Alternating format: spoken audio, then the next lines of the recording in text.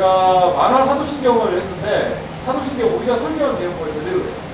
제가 여기서 정말 많이 참조하고 가져왔던 그런 부분입니다. 그래서 사도신경 다시 정리하고 싶다.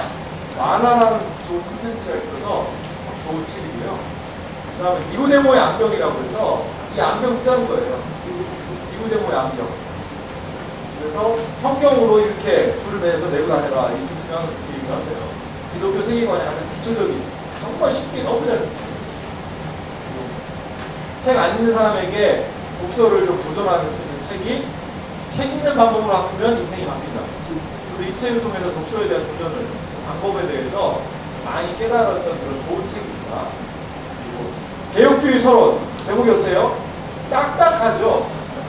여러분 파이브 솔라라고 알아요? 솔라 스크립투라, 솔라 피데, 솔리데오 글로리아, 뭐 솔루스 크리스투스, 솔라 그란디아 뭐 이런 거 있거든요. 그게 그 칼빈주의 5대 교리라고 말해요. 5대 교리가 아니라 종교개혁자들이 5대 솔라라고 얘기를 해요. 근데 그거에 대해서 제임스 보이스 몽고메리라고 목사님이 계신데 이분이 몽고에 사는 분은 아니에요. 미국인데 이분이 설교를 했어요. 참 읽어보니까 쉽게 잘 얘기를 해놨더라고요. 오직 믿음이라는 의미가 이거구나. 오직 은혜라는 그런 좋은 책이고요. 기독교 세상 현장에 빠지다. 지금 기독교 일반에서 이루어지고 있는 일들에 대해서 잘 조망할 수 있는 그런 인사이트 있는 그런 책이에요. 조나단 에드워드처럼 할 수는 없을까는 겨울에 한번 풀렸죠. 근데 또 좋은 책이기 때문에 응원해 있습니다. 그리고 존 스토트의 기독교 기본 진리, 제목은 딱딱하지만 기독교 신앙의 기본에 대해서 알 수 있는 그런 좋은 책이고요. 그리고 서른통, 통화의 개념, 고통이죠. 고통과 소통 두 의미가 있습니다. 고민하는 30대를 위한 김남준 목사님이라고 하죠. 결혼과 직장 때문에 고달픈 젊은 그리스도인들과 통한 이야기. 그래서 읽어본 사람들이 좋다고 풍자매 집에 있다는 얘기 들었어요. 좋았죠? 그리고 또 이 책, 센세이션을 읽은 책이죠. 게으름이라고. 넌 이 책이 필요해. 선물 많이 나갈 것 같아요. 이 책 참 좋아요. 그리고 제가 사도신경에 대한 책을 하나 더 준비했는데 사도신경 해설이라는 이런 책도 있어요. 그리고 요한계시록에 대한 책을 제가 2권을 준비했습니다. 그래서 만화로 된 요한계시록 1, 2 있고 각자가 좀 세요. 그리고 요한계시록 어떻게 읽을 것인가 이필찬 교수님 그 책이 좀 많이 있네요. 그 책. 그 다음에 우리 교리 공부했잖아요. 뻘커프 같은 경우에는 좀 딱딱하고 드라이한데 웨인고르뎀이라는 이분은 아주 좀 부드럽게 잘 써요. 글을. 그래서 이 책을 20가지 주제를 아주 좀 잘 정리한 책입니다. 교리 공부한 사람한테는 그 교리적인 내용을 성경적으로 이렇게 잘 풀어냈구나 그렇게 좀 볼 수 있는 좋은 책이 될 거죠. 그리고 마지막 이 사람이 그 사람입니다. 교회와 함께 배우자 만나기 주제가 그래요. 그래서 이성교제에 대한 책도 한 권. 이 사람이 그 사람일까? 그 사람일까? 교회 안에서 어떻게 데이팅 할 수 있을 것이냐에 대한 좋은 책입니다. 이 책은 강사님들이 보고 눈이 번쩍 해가지고 다른 책들은 다 3권씩 사려고 그러는데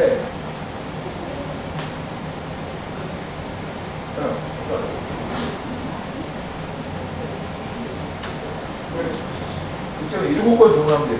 7권. 기본적으로 한 20권 정도 되는 책을 기본 3권 정도씩 그래서 교회에서 조금 비용 부담하고 가져올 때도 조금 싸게 가져오고 해서 30% 정도 디스카운트 해서 여러분들 제공하려고 그러니까 여름 수련회 가면 야 이 책 읽어봐 정말 좋아 야 이 책 정말 사봐 나도 이 책 사고 싶네 이런 책들을 우리 전도사님들도 목사님 저희도 사도 됩니까? 이렇게 얘기하세요. 그러니까 내용이 좋으니까 이번 기회에 사고 싶다 그래서 사십시오 이렇게 얘기했는데 혼자 10권 사면 안 돼요. 그건 조금 이제 지양을 하도록 하겠고 해영자는 안 왔죠 오늘? 해영자가 책 사는 걸 좋아하는데 혼자 10권 살 것 같아.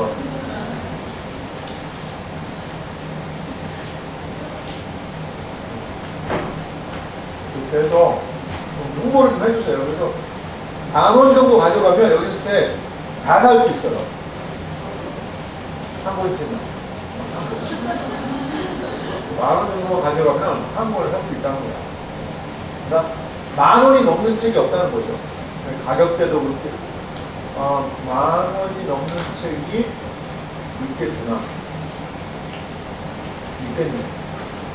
만화 요한계시록은 15,000원인데 30% 디스카운트 하니까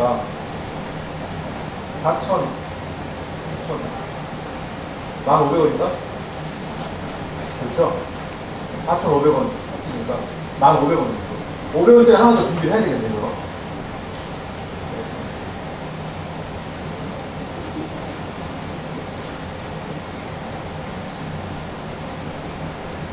문화는요, 만드는 거예요.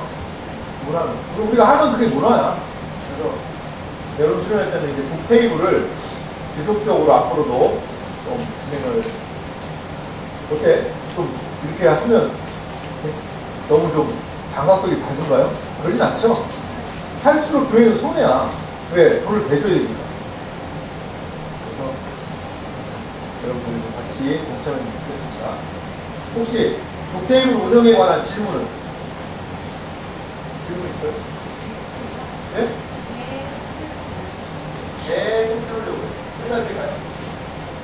끝날 때까지 좀 펼쳐놓고. 근데 중간에 책 다 떨어지면 그냥 끝나는 거죠. 사실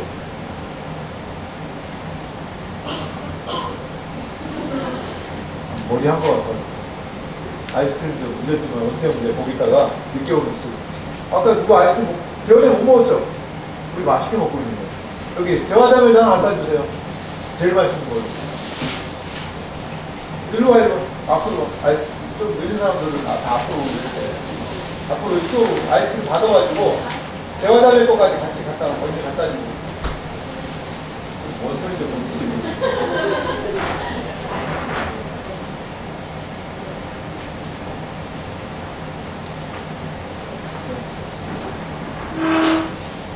역시 공부보다 사이드 얘기가 재밌죠.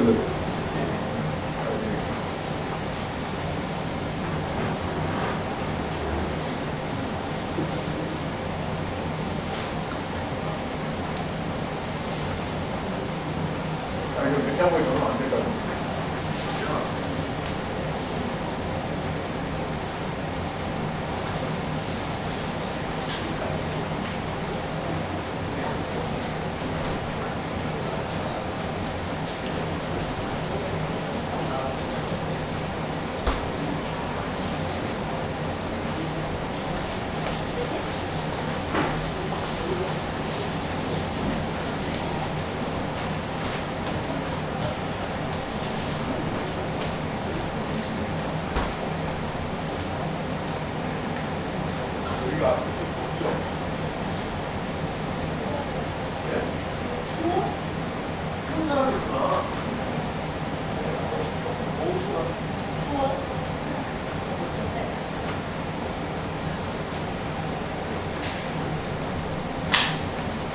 자, 이렇게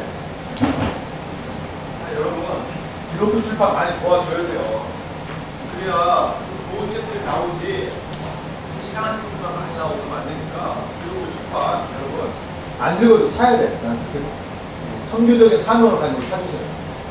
저도 보세요. 제 책 집사람하고 엄청 싸우면서 산 거예요. 몰래 집사람 몰래 교회로 배송하는 책도 많아요. 그러니까 우리 출판 가면 뭐라고 적혀있냐면 사모님 몰래 배송 가능 딱 써 있어요. 사모님 몰래. 그리고 목사들에게 이 책은 정말 너무나도 저도 지금 책이 너무 없어가지고 볼 책이 없어. 이렇게 하면 안 되는 거예요. 책을 사고 싶은 그리고 또 필요한 책들은 정말 많이 있는 거예요. 그리고 좋은 책들이 너무 많이 나오는데 그런 책들이 그냥 다 절판되고 그래요. 그래서 사람들이 안 사니까. 그리고 여기도 양서로 하반기 때부터 좀 채워나가고. 근데 여기 도서좀 관리 좀 하고 이렇게 다시 하자고 하는데 아무도 지원을 안 해. 그럼 여러분, 사명을 가지고 지원을 하면 서울 이렇게, 둘 다 하면 돼, 그렇게. 둘 다 하면. 서로 미루지 말고. 기도하고 우리 잠깐 내일 거 나누도록 할게요. 기도하겠습니다. 사랑과 은혜가 많으신 아버지 하나님 감사합니다. 사랑하는 조장님들과 함께 내일 또 나눌 것들을 우리가 함께 좀 알아보고자 합니다. 하나님께서 지혜를 주시고 짧은 시간이지만 이 진리들을 잘 나눌 수 있도록 도와주옵소서. 감사드리며 예수님의 이름으로 기도합니다.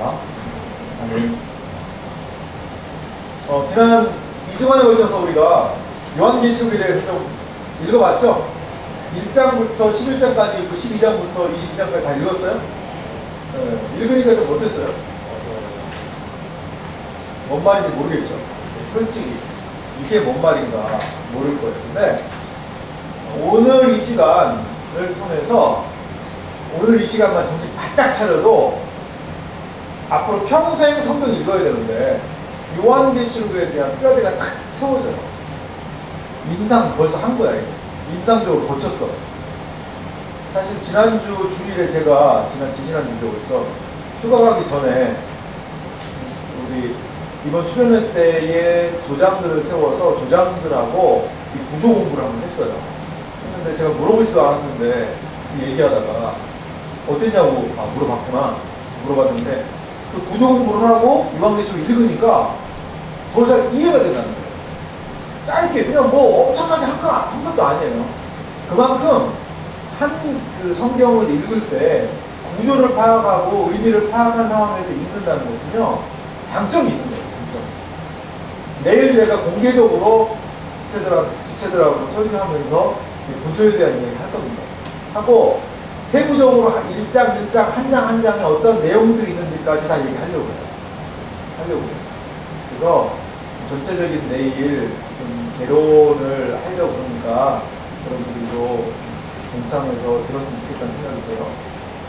자, 요한계시록의 요절을 잡는다면 저는 저뿐만 아니라 많은 사람들이 11장 5절을 얘기를 하고 있습니다. 11장 5절 같이 읽어볼까요? 있습니다. 일곱째 천사가 나팔을 불매 하늘에 큰 음성이 나서 우리 주와 그의 그리스도의 나라가 되어 그가 세세토록 왕노릇 하시리로다 하니. 여기 보세요. 세상 나라가 우리 주와 그의 그리스도의 나라가 되어. 이 세상 나라가 어떻게 된다는 거예요? 그리스도의 나라가 된다는 거예요. 다른 말로 하나님의 나라가 된다는 거예요. 하나님의 나라가 완성된다는 거예요. 어떻게 한다는 거예요? 그가 세세토록 영원히 왕으로서 다스리실 것이다. 지금 우리가 사는 세상은 누가 다스려요? 한국은 누가 다스려요? 박근혜 대통령? 쉽지 않아. 쉽지 않아. 이 세상은 분명히 실질적인, 형식적인 통치자들을 세워놨어요. 그 사람들이 하는 것 같아. 하지만 성경은 그게 아니라. 성경은 한시적으로 하나님께서 그들에게 통치권을 그들에게 잠시 이양해 주신 것이지 최종적으로 우리 주와 그리스도의 나라가 된다는 거예요. 이게 우리가 갖고 있는 이 세상에 대한 비전입니다. 이 한국이, 이 대한민국이, 미국이, 중국이 영원토록 계속된다? 아니죠. 그것이 있습니다. 시오노 나나미라는 사람 있잖아요. 로마인 이야기를 쓴 시오노 나나미가 베네치아 공화국에 대해서 바다의 도시 이야기, 거기에 대해서 서울한테 재밌는 이야기를 해요. 모든 나라들은요, 모든 국가들은 흥망성쇠가 있다. 인간의 나이를 먹는 거와 같은, 그래서 나이를 먹고 사람이 죽는 거와 같은 그런 게 시절이 있다는 거예요. 그런 거 물론 뭐 역사적인 거 같지만 그 시오노 나나미가 얘기하는데 맞아 그런 부분이 있지. 우리나라는 지금 어떤 거 같아요?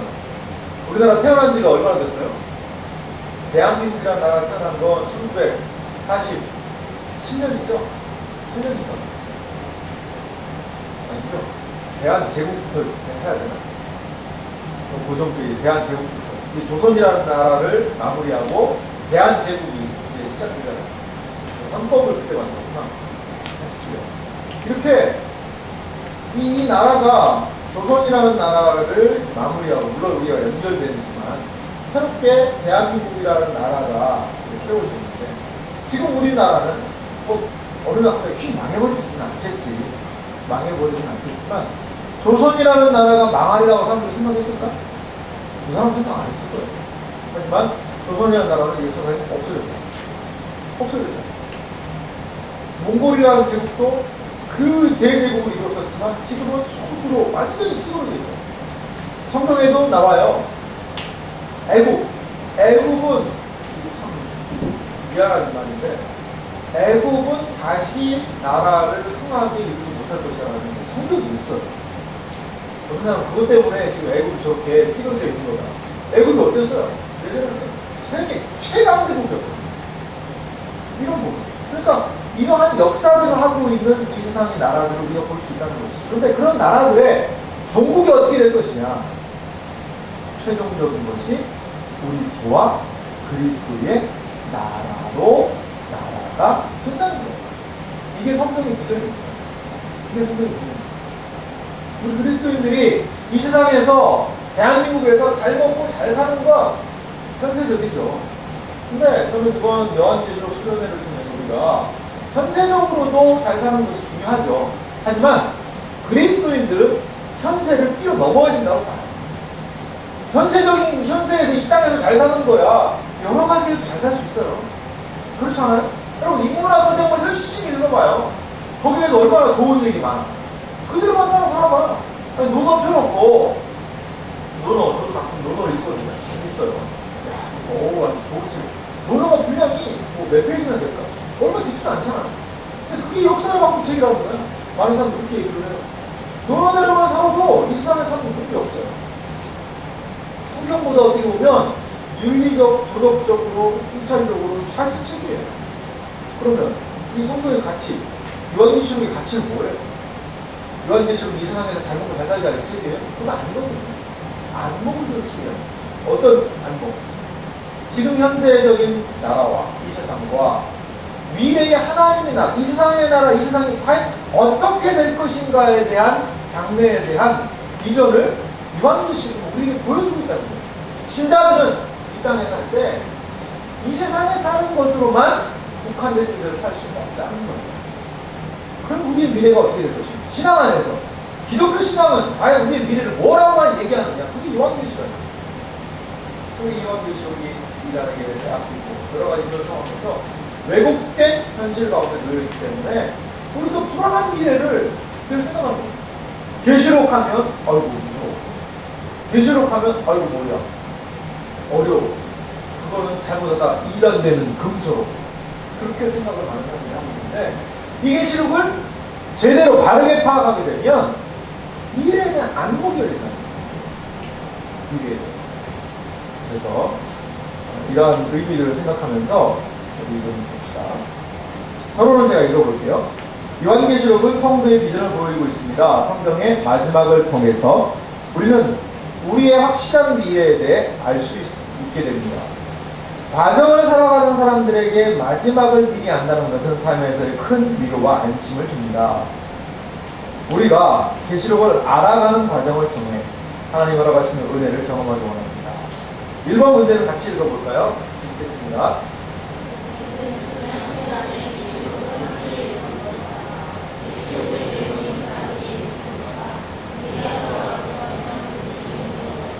그렇죠. 함께 읽었죠? 이해되기 어렵다면 왜 요한계시록 이야기가 쉽지 않느냐? 제가 답을 한번 읽어볼게요. 요한계시록에는요, 수많은 이미지들과 상징이 나타납니다.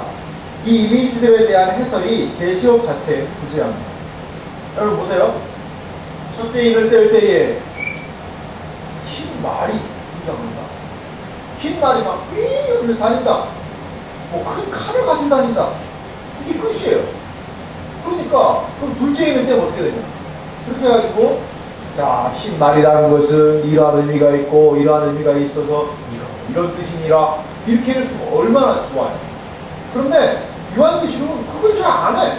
그냥 막 흰 말 탄 사람이 말을 다구닥 타고 가는 그런 모습이에요. 명말이 확 지나가는데 그 소리가 들려요.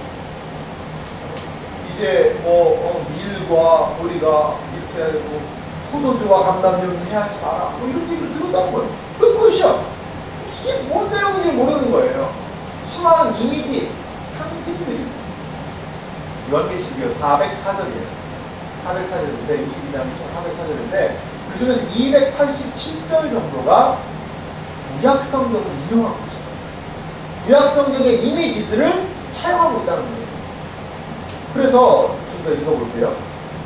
그래서 이단들은 이 내용들을 자신들의 상황에 맞추어서 각색합니다. 하지만 계시록에 등장하는 수많은 이미지들은 구약의 내용들을 인유하여 설명하고 있습니다. 인유라는 단어 지난번에 제가 말씀 한번 드렸죠? 인용이 아니라고 했어요. 갖다 쓴다는 거죠. 비슷하게. 구약 특히 예언서, 이사야, 에스겔, 다니엘, 스가랴 등에 대한 이해가 있어야 계시록에 대해 이해할 수 있습니다. 계시록 자체로만 하다가는 어려움 빠질 수 있다. 지난 시간에 말씀드렸습니다. 이러한 것들 때문에 요한계시록을 이해하는 것이 쉽지 않다는 거죠.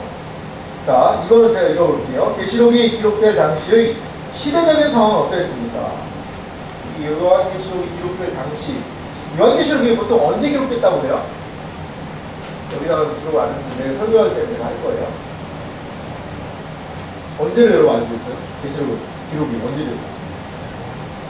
신약 성경 중에 거의 가장 마지막에 있고 가장 마지막에 기록된 걸 보고 있어요.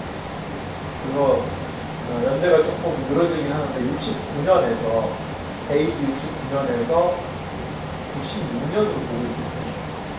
왜 이렇게 연대가 좀 늘어갑니까? 어떤 사람은 요한계시록이 네로 황제 때 기록됐다라는 사람이 있어요.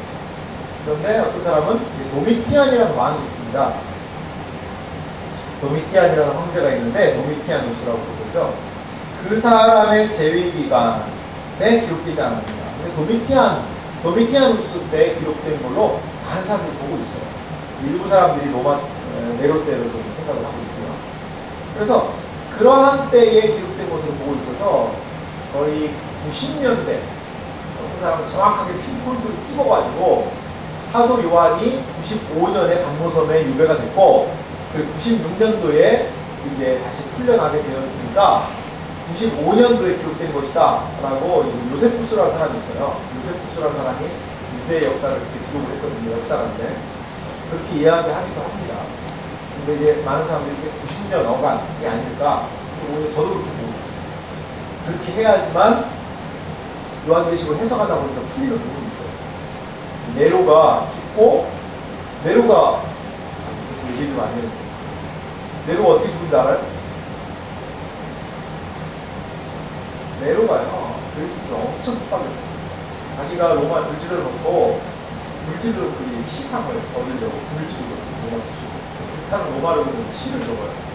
미친 거죠. 근데 자기에게 정치적인 위협이 오니까 그 불을 그리스도인들이 냈다. 이렇게 문명을 주었어요. 그래서 그리스도인들 어떻게 막 잔인하게 죽였냐면 그 네로의 궁전을 가리키는 폴표를 썼어요. 그러니까 장대에다가 기록으로 처음으로 사람을 생산함을 담아놓고 그렇게 그 사람이 막 모함을 그리스도를 믿는 시를 적고 연애를 적고 예수 여러분 똑같지 않아요? 예수 믿는다는 거하고 예수 믿는 사람하고 예수 안 믿는 사람하고 똑같잖아.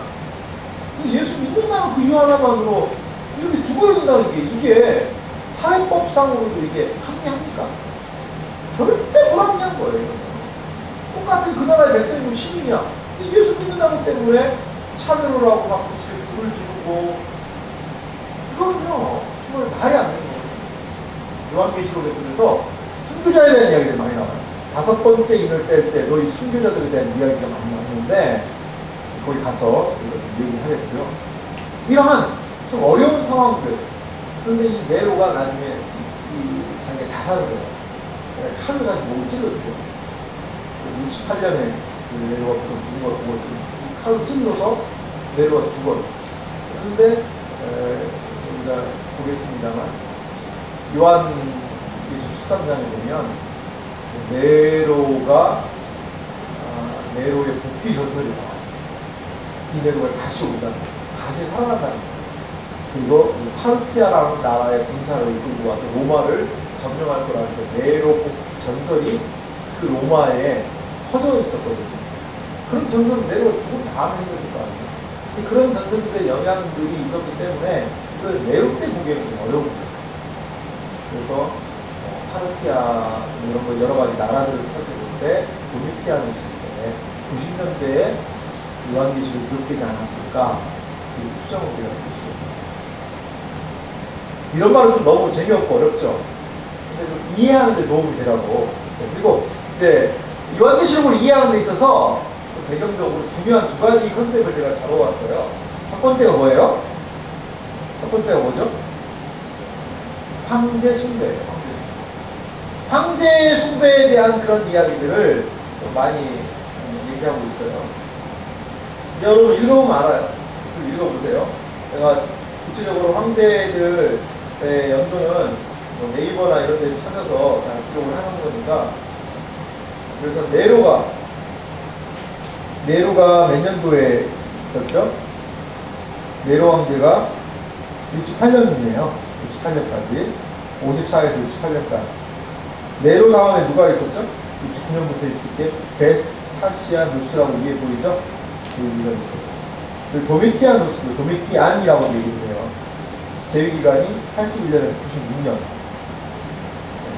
그래서 이 사람들이 살아있는 동안에도 죽은 사람만 황제를 신으로 세웠는데 살아있는 때에도 신격화하는 그런 일들이 있었거든요. 그래서 황제를 하나님이라고 얘기하고 있어요. 근데 이런 황제들을 섬기는 것에 대해서 그리스도인들은 반대했죠. 그러다 보니까 둘째 뭐가 있었어요? 그리스도인들에 대한 박해가 진행되고 있었어요. 박해. 왜? 황제 숭배하지 않으니까.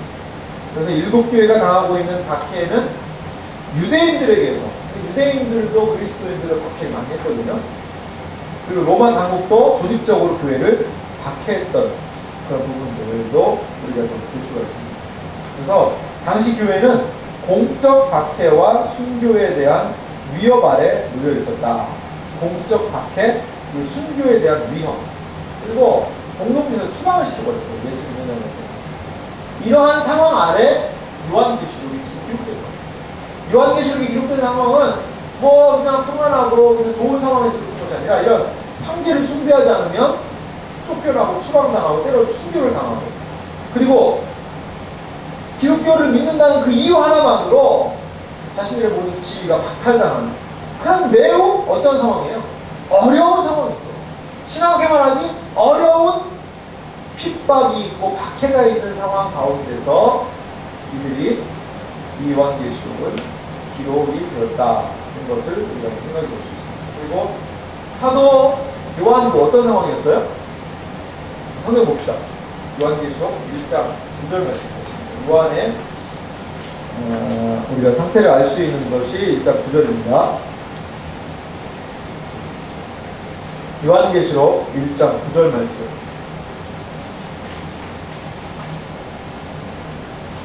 같이 읽어보겠습니다. 시작. 나 요한은 너희 형제요 예수의 환난과 나라와 참음에 동참하는 자라. 하나님의 말씀과 예수를 증언하였으므로 말미암아 반모라 하는 섬에 있었더니. 제가 내일 이제 반모섬에 대한 이야기를 내일 자세히 하겠는데요. 반모섬 하면 여러분 어떤 생각이 들어요? 사도 바울이 유배당했던 그런 섬이잖아요. 유배지, 그러니까 무인도, 물도 안 나오고 그런 데는 아니에요.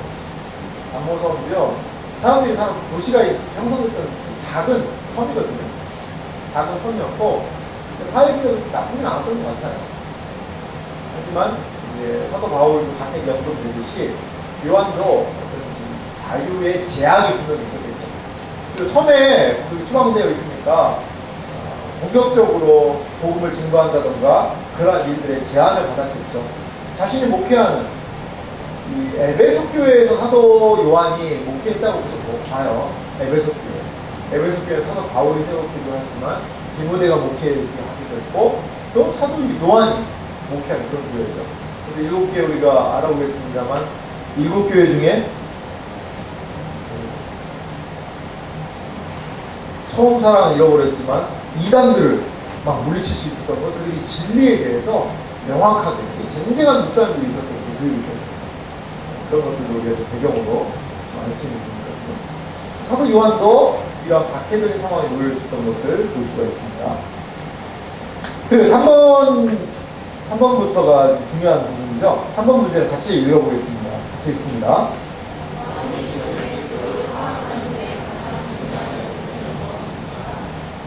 그리고 이제 요한계시록의 구조를 우리가 좀 파악했으면 되는데요. 요한계시록의 구조는요, 마태복음도 그렇지만, 그 마태복음은요, 예수님의 강화라고 해요. 강화. 설교를 중심으로 해서 한 5구조를 나눌 수가 있어요. 보편적으로 많이 인정을 하는 구조입니다. 그런데 요한계시록은 학자 10명이 구조를 제시하면 구조가 몇 개 나오는지 알아요? 10개가 나와요. 다 자기 나름대로 구조를 얘기하는 거야. 누구는 이렇게 중요하다, 이렇게 중요하다, 이렇게 중요하다. 보통은 공감대가 형성돼서 요한계시록 1장, 1절부터 8절, 이게 서론이다. 그럼 공감대도 형성해요. 요한계시록 22장 보세요. 요한계시록 오늘 졸면 내일 지치더라고 얘기할 때 많이 딸려요. 그러니까 잘 따라와야 돼요. 졸려도. 조금만 참아줘. 요한계시록 22장 몇 절부터가 결론 같아요? 몇 절부터가? 6절, 그렇지, 6절. 6절부터 21절까지가 보통 결론이라고. 이거는 거의 공통적으로 봤어요. 근데 본론은 요한계시록 1장 9절부터 그러면 22장 5절까지를 그럼 어떻게 이걸 구조를 나누느냐, 이거에 대한 것이 상당히 좀 많다는 거예요. 그래서 가장 여러분 한번 들어봤을 거예요. 요한계시록 1장 가보세요.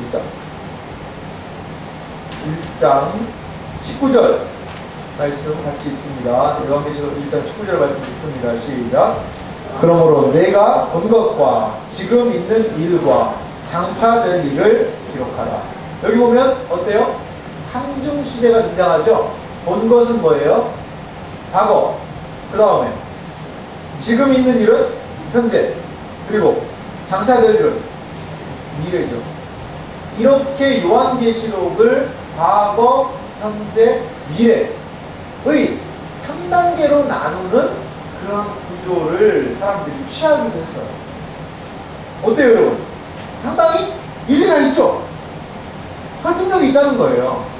그런데 그렇게 직접 나누려고 하니까 문제가 많이 발생합니다. 문제가. 그래서 초대교회는 현재이기도 하지만 과거이기도 하고, 그 다음에 사장부터는 다 미래에 대한 이야기다, 이렇게 얘기하기도 하고, 이게 하다 보니까 이게 맞지가 않는 거예요. 맞지가. 그러면 어떻게 해야 되느냐. 근데 일단 복함이라는 게 있어요. 복함. 이름도 상당히 독특해요. 복함. 어떤 사람은 이제 복함이라고, 복꿈이라고 얘기해요. 복꿈.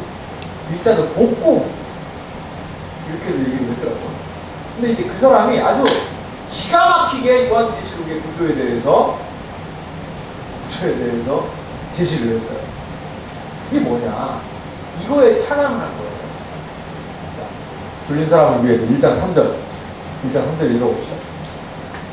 자, 같이 읽습니다. 시작. 이 예언의 말씀을 읽는 자와 듣는 자와 그 가운데 기록한 것을 지키는 자들이 복이 있나니 때가 가까웁니다. 여기 읽는 자에 대해서 제가 뭐라고 얘기했어요? 지난 설교 시간에 읽는 자가 그냥 막 정말 진짜 막 우리같이 읽는 자가 아니라고 했죠? 다른 말로 하면 읽어주는 사람, 낭독하는 사람이라고 얘기를 했잖아요. 그러니까 요한계시록이 처음에 교회에 주어졌을 때는 낭독하면 사람들이 이걸 글로 다 보는 게 아니라 뭐라 해야 돼요? 들어야 된다는 거예요. 듣는 게 얼마나 힘들어. 지금도 좋은 사람들이 있는데 내일 저번에 어떻게 할지 몰라.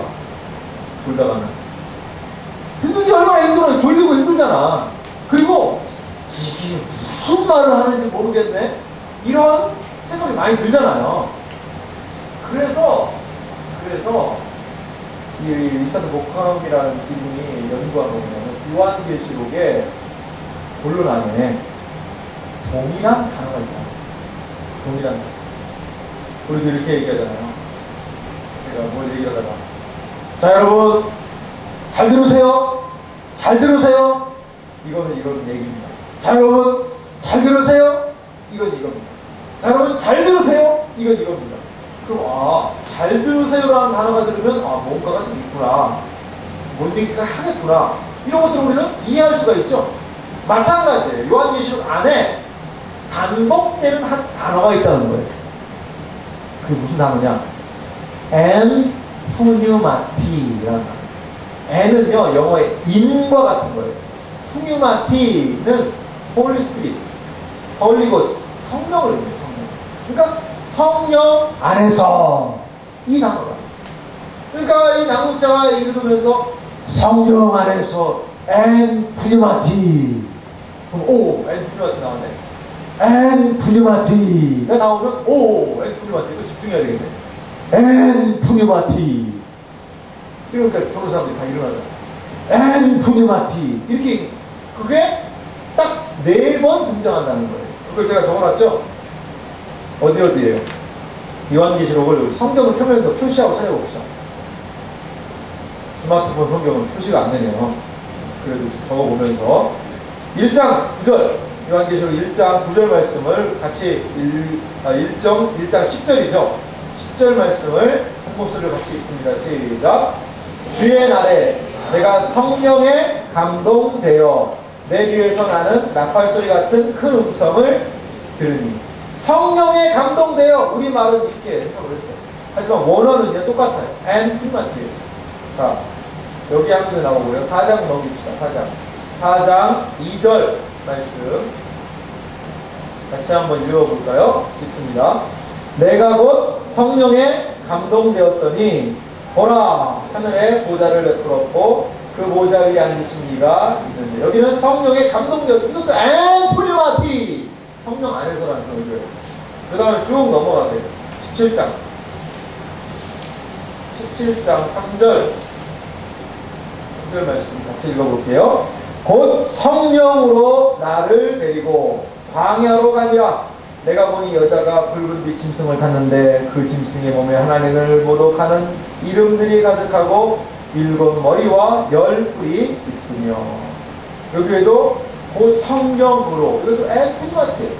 마지막으로 21장 10절 말씀 같이 한번 보도록 하겠습니다. 같이 읽습니다.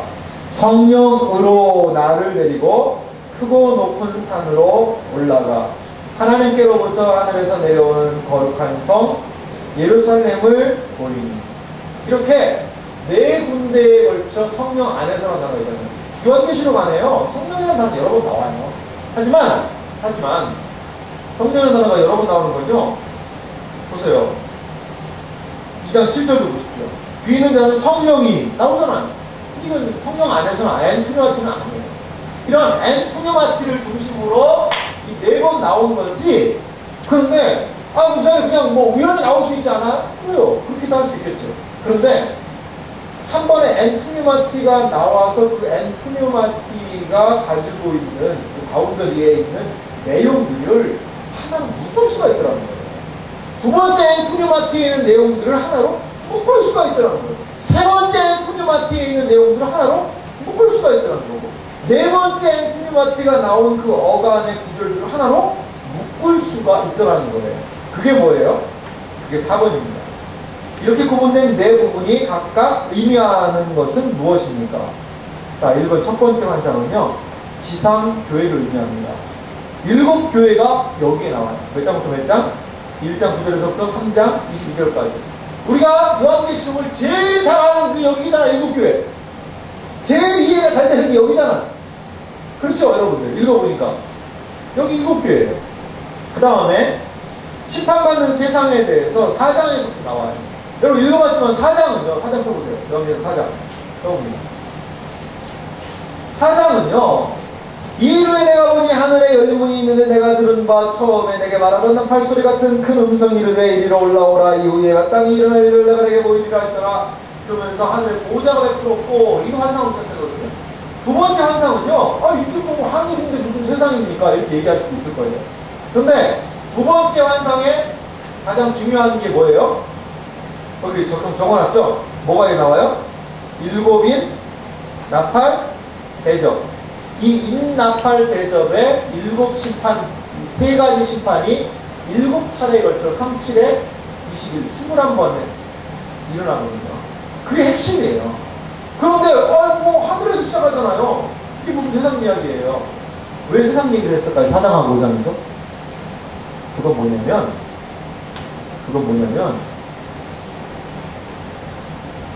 이 땅에서 벌어지는 심판이 시작되는 출처가 어디라는 거예요? 하늘이라는 거예요.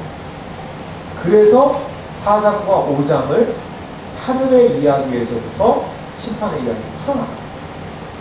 자세한 의미는 제가 강의안을 보면서 요한계시록 수련회 가서 설명합니다. 그래서 두 번째 환상이 가장 내용이 길어요. 그리고 우리가 이해하기가 가장 어려운 게 두 번째 환상입니다. 사실은.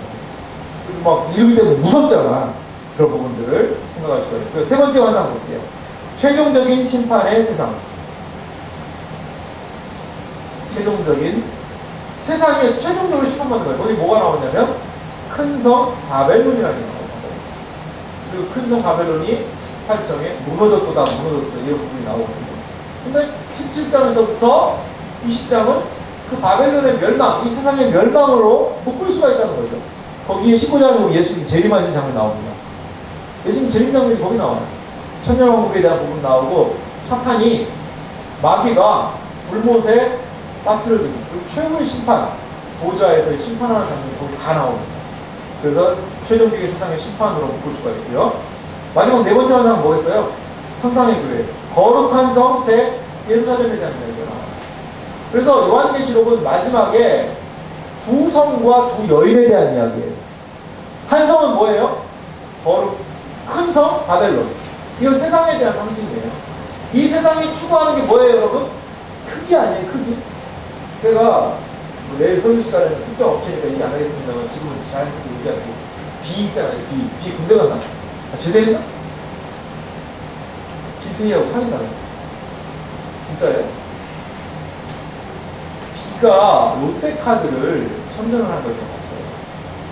근데 뭐라고 생각하냐면 롯데카드를 믿을만 하다는 거예요. 그러면서 이 롯데카드가 너무나도 많은 사람들이 애용하고 있다. 그러면서 거기에 결정을 이렇게 얘기하죠. 크다는 건 믿을 수 있는 것 아니겠어요? 크다는 건 신뢰할 수 있는 것입니다. 이렇게 얘기해요. 그래서 제가 그 광고를 보면서 번쩍 눈이 띄었어요. 절대적으로 바벨론이다, 저거. 요즘 바벨론이 등장하잖아요. 바벨론. 대부업체 바벨론. 근데 크다는 거, 세상이 크기를 추구하잖아요. 이 세상에 하는 건 크기예요, 크기. 정말로 이 세상에 가장 추구하는 것은요, 더 커지는 거예요. 더 큰 나라, 더 큰 업체. 여러분, 구멍가게에서 있는 게 나아요? 아니면 적어도, 동네 몇몇 규약한 마트 운영하는 게 나아요? 그게 낫잖아. 더 크잖아. 그 동네 구멍가게보다, 동네 마트보다 더 좋은 거 뭐예요? 롯데마트, 이마트, 홈플러스. 그런 데 가가지고 카트 쫙 돌면서 시시콜로, 아유, 그냥 억지로 먹어주는 척하면서 하나씩 먹어주면서 시원하게 그 몰에서 쇼핑하는 게 훨씬 더 험하잖아. 그리고 거기에 돈도 많이 벌고 사람들이 다 크기를 추구하는 이게 이 세상의 특징이라는 거죠. 그런데 교회는 하나님의 교회가 추구하는 게 있어요. 그게 뭐예요? 바벨론 앞에는 큰이라는 수식어가 있고 예루살렘은 무슨 수식어가 있어요? 거룩함. 하나님의 교회가 추구해야 되는 건 뭐라는 거예요? 거룩성이라는 거예요. 하나님의 교회는요, 거룩함을 추구해야지 크기를 추구하면 안 된다는 거예요. 너무 교회들이 요즘에 커지려고 해요. 그럴 때 문제 발생합니다. 교회는요, 뭐 자연스레 거룩을 추구하다 커지는 건 어쩔 수 없는 일이겠죠. 하지만 크기를 추구하려다 보면 분명히 문제 발생합니다. 어떤 모 목사님이 대한민국에서 가장 큰 교회를 만드는 게 내 꿈이다 이렇게 하고 목회한다고 그러는데 문제 많아요. 제가 봐도 문제가 많아요. 크기를 추구하면 안 돼요. 교회는 거룩을 추구해요. 이걸로 마지막으로 보여드릴게요. 그래서 바벨론, 큰 성 바벨론을 여기 요한계시록 17장 가봐요. 뭐에 비유하고 있어요?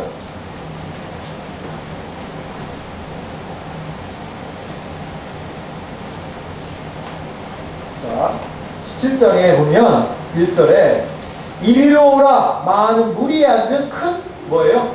음녀라고 얘기해요. 창녀예요, 창녀. 이게 세상의 모습이라는 거죠. 자, 20장, 21장, 10절은 9절이네요. 9절 하반절에 이렇게 오라 내가 누구를? 신부 곧 어린 양의 아내를 내게 보이리라. 교회를 신부라고 얘기하고 있어요. 근데 요한계시록은요, 두 성의 마지막은요, 17장에서 두 성의 이야기고, 또 뭐예요? 다른 말로 하면 두 여인에 대한 이야기. 음녀와 신부에 관한 이야기. 창녀와 신부에 대한 이야기. 신부가 어떤 사람이에요? 가장 깨끗한 게 신부. 가장 순결한 게 신부예요. 그러한 두 대비적인 이미지가 요한계시록이 엄청 정교해요. 도시적인 측면에서. 그걸 볼 수가 있어요. 오늘 얘기를 많이 못 해줬는데, 여러분 보세요. 요한계시록 정리 구조 분석 그 부분을 보시죠. 여기 보면 이제 표시를 한번 해볼게요. 서론 보이죠? 서론하면 동그라미 한번 쳐보세요. 네, 위쪽에 있어요. 그리고 결론 보세요.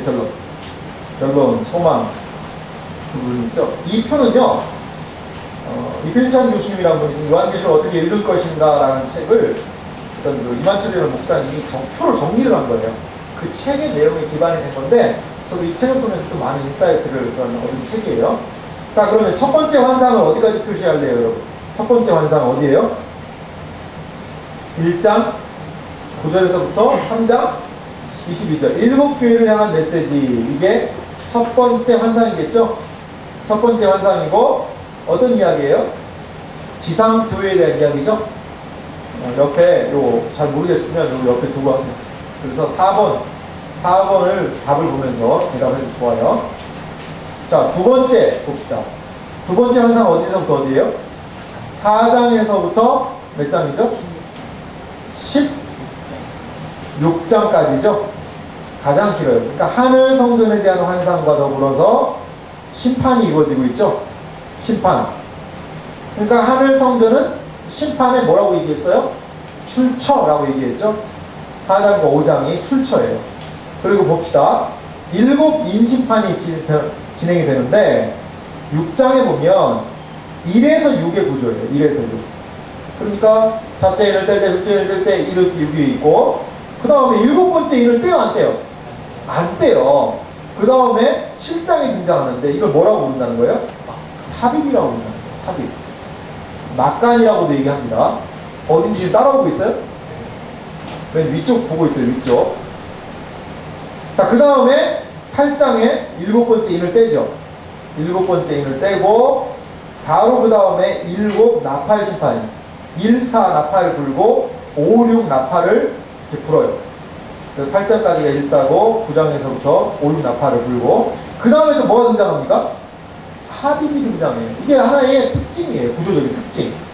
삽입이 등장해서 10장에 그 큰 천사에 대한 이야기, 책에 대한 이야기, 그리고 11장에 두 증인에 대한 이야기가 있어요.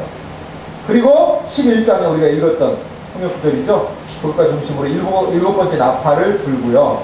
그 다음에 12장에서부터 14장의 이야기는요, 하나의 이것만 딱 해도 독립적인 이야기예요. 달을 신으로 삼고 해를 옷 입은 한 여자, 그 여자에 대한 이야기, 그리고 13장에 뭐가 나와요? 666 나옵니다. 그리고 그 다음에 14장은 또 최종적으로 승리한 성도들 얘기가 나와요. 그래서 이 교회에 대한, 전투하는 이 땅에 있는 교회에 대한 그런 모습이거든요. 그래서 이 땅에 있는 교회의 모습 13장은요, 두 짐승, 첫 번째 짐승, 두 번째 짐승 얘기하는데, 교회를 핍박하는 이 세상의 세력에 대한 이야기가 13장에 나와요. 여기 666 나오는 거예요. 14장은 교회가 최종적으로 승리했다. 승리한 무리로서의 교회에 대한 이야기가 나오고요. 15장부터는 이제 마지막 심판에 대한, 대접 심판에 대한 서론이 진행되고, 16장에서 16주 쏟아지는 대접인데, 이거보다는 이게 좋아요. 1에서 7이라고 적어놓으세요. 1에서 7이 대접 심판이 다이렉트로 진행이 여기서 됩니다. 그러니까 보세요. 7 인심판과 7 나팔 심판은 어떤 공통점이 있어요? 1에서 6 막간 3입 7, 1에서 6 막간 3입 7 이런 게 있고, 7 대접 심판은 그냥 1에서 7로 그냥 끝나버려요. 그런 차이점이 있습니다. 그런데 어떤 사람들은요, 그래서 7 인심판과 7 나판 심판과 7 대접 심판을 구분하는 이 전투하는 12장에서부터 14장이 하나의 커다란 삽입이 아니겠는가 이렇게 보는 사람들도 있습니다. 아무튼 이렇게 구조가 심판이 중심이 되어서 막간 삽입들이 들어간 그러한 구조다, 그런 것을 우리는 볼 수가 있어요. 이게 두 번째 심판, 이 세상의 심판에 대한 그런 부분이었고요. 이 세상의 최종적인 심판이 17장 1절에서부터 20장 15절까지 진행된 것이고, 이게 세 번째 심판이었죠. 그래서 음녀 바벨론의 패망이 있어요. 그 다음 마지막 부분 세 장을 보면 신부 새 예루살렘 하나님의 교회, 신부이자 새 예루살렘 교회의 완전히 된 모습으로 마지막 네 번째 그 부분을 여기서 이야기하고 있습니다. 그래서 여러분들이 요한계시록 가면 4를 꼭 생각하세요. 4. 그래서 첫째 심판, 첫 번째 환상, 두 번째, 세 번째, 네 번째 환상이 있다. 첫 번째 환상은 무슨 환상이에요? 여러분 거기다 넣어보세요. 첫 번째 환상은 뭐에 대한 거예요? 지상의 교회. 마지막 네 번째 환상은 천상의 교회에 대한 환상. 그럼 두 번째하고 세 번째는 뭐예요? 세상에 대한 이야기. 세상의 심판을 점진적으로 또한 점층적으로 보여주고 있고, 그리고 세상의 심판을 최종적으로 보여주고 있고, 이것이 요한계시록의 가장 기본적인 구조다. 여러분들이 이렇게 알고 있으면 좋을 거예요. 내일 한번 다시 할 거니까 여러분 내일 할 때 오늘 놓치는 부분들은 보고, 이 표는요 제가 지체들은 나눠주지 않을게요. 여러분들에게만 나눠줄게요. 일단은 수련회 때는 나눠줄게요. 그렇게 해서 이렇게 좀 요한계시록을 좀 구조적으로 이해를 하면요, 읽을 때 상당히 도움이 돼요. 이 부분은 땅에 있는 지상 교회에 대한 이야기. 이 부분은 세상에 대한 심판에 대한 이야기구나. 세상의 최종적인 심판에 대한 이야기구나. 이 부분은 완전한 교회의 새로워짐에 대한 얘기구나. 그러니까 요한계시록은 결론적으로 교회 이야기. 지상교회가 어떻게 흥정하고 나가질 것인가. 이 지상의 하나님의 통치가 교회를 통해 어떻게 이루어질 것인가. 이것들이 요한계시록을 통해서 펼쳐지고 있다는 것을 우리가 이해할 필요가 있습니다. 5번 마지막으로 우리 같이 읽어보겠습니다. 같이 읽습니다. 계시록 22장 7절을 읽으십시오. 이 말씀이 우리에게 주는 도전은 무엇입니까? 이번 수련회에서 진행될 요한계시록 세미나에 대한 기대를 나눠봅시다. 이 말씀을 지키는 자에게 복을 명하셨어요. 그래서 여러분 수련회에 대한 은혜도 나누고, 좀 아직까지 망설이고 있는 지체들을 강력하게 콜링하는 그런 내일 시간 됐으면 좋겠습니다. 혹시 질문 있으세요? 질문이 있어도 시간 관계상 다음에 먹도록 하겠습니다. 기도하겠습니다. 우리 같이 시간은 지났지만 기도합시다. 요한계시록의 내용, 요한계시록을 통해서 이번에 좀 나의 종말에 대한 가치관이, 이 세상을 바라보는 가치관이 달라지게 해주십시오. 그렇게 기도했으면 좋겠고, 아직까지 좀 상황이 열리지 않은 지체들에게 상황을 열어달라고, 이번 수련회에 큰 은혜를 베풀어달라고 같이 기도하겠습니다. 사랑과 은혜가 많으신 아버지 하나님 감사를 드립니다. 아버지 하나님, 우리로 하여금 이 요한계시록을 하나님 공부할 수 있고 말씀을 들을 수 있는 시간 주신 걸 감사합니다. 이 아버지 사도 요한에게 허락하신 놀라운 진리의 내용이 우리 가운데 밝히 증거되게 하여 주시고, 우리 가운데 온전히 드러날 수 있도록 도와주시고, 아버지 하나님이 함께 하여 주옵소서. 상황이 아직까지 허락하지 않은 시대들이 있습니까? 이들에게 상황을 열어주십시오. 아버지 우리에게 14일을 또한 임시 국경일로 만들 정도로 하나님 우리에게 기회를 주고 계십니다. 그 기회를 붙잡을 수 있도록 인도하여 주시옵시고, 아버지 하나님 동참하고 참여하여서 아버지 이 수련회를 통하여서 우리의 미래에 대한 안목이 달라질 수 있도록, 정말에 대한 안목이 달라질 수 있도록, 이 세상을 바라보는 안목이 달라질 수 있도록 아버지께서 역사하여 주옵소서. 아직 망설이고 있는 지체들 결단하게 하시고 동참하게 하시고 은혜 더하여 주옵소서. 사랑과 은혜가 많으신 아버지 하나님 감사합니다. 우리에게 요한계시록을 주신 은혜 감사합니다. 이 말씀을 읽고 읽게 하여 주시고, 이 말씀을 또한 지키고 지킬 수 있도록 은혜 더하여 주옵소서. 그래 사도 요한에게 허락하신 하나님의 놀라운 은혜의 역사가 우리에게도 경험될 수 있도록 주여 도와 주옵소서. 사랑하는 지체들을 상황을 열어주시고 마음을 열어주셔서 함께 동참할 수 있도록 은혜 베푸시기를 소망하오며 거룩하신 예수님의 이름으로 기도합니다. 네, 마치겠습니다. 우리 잠깐 바로 하고 기도에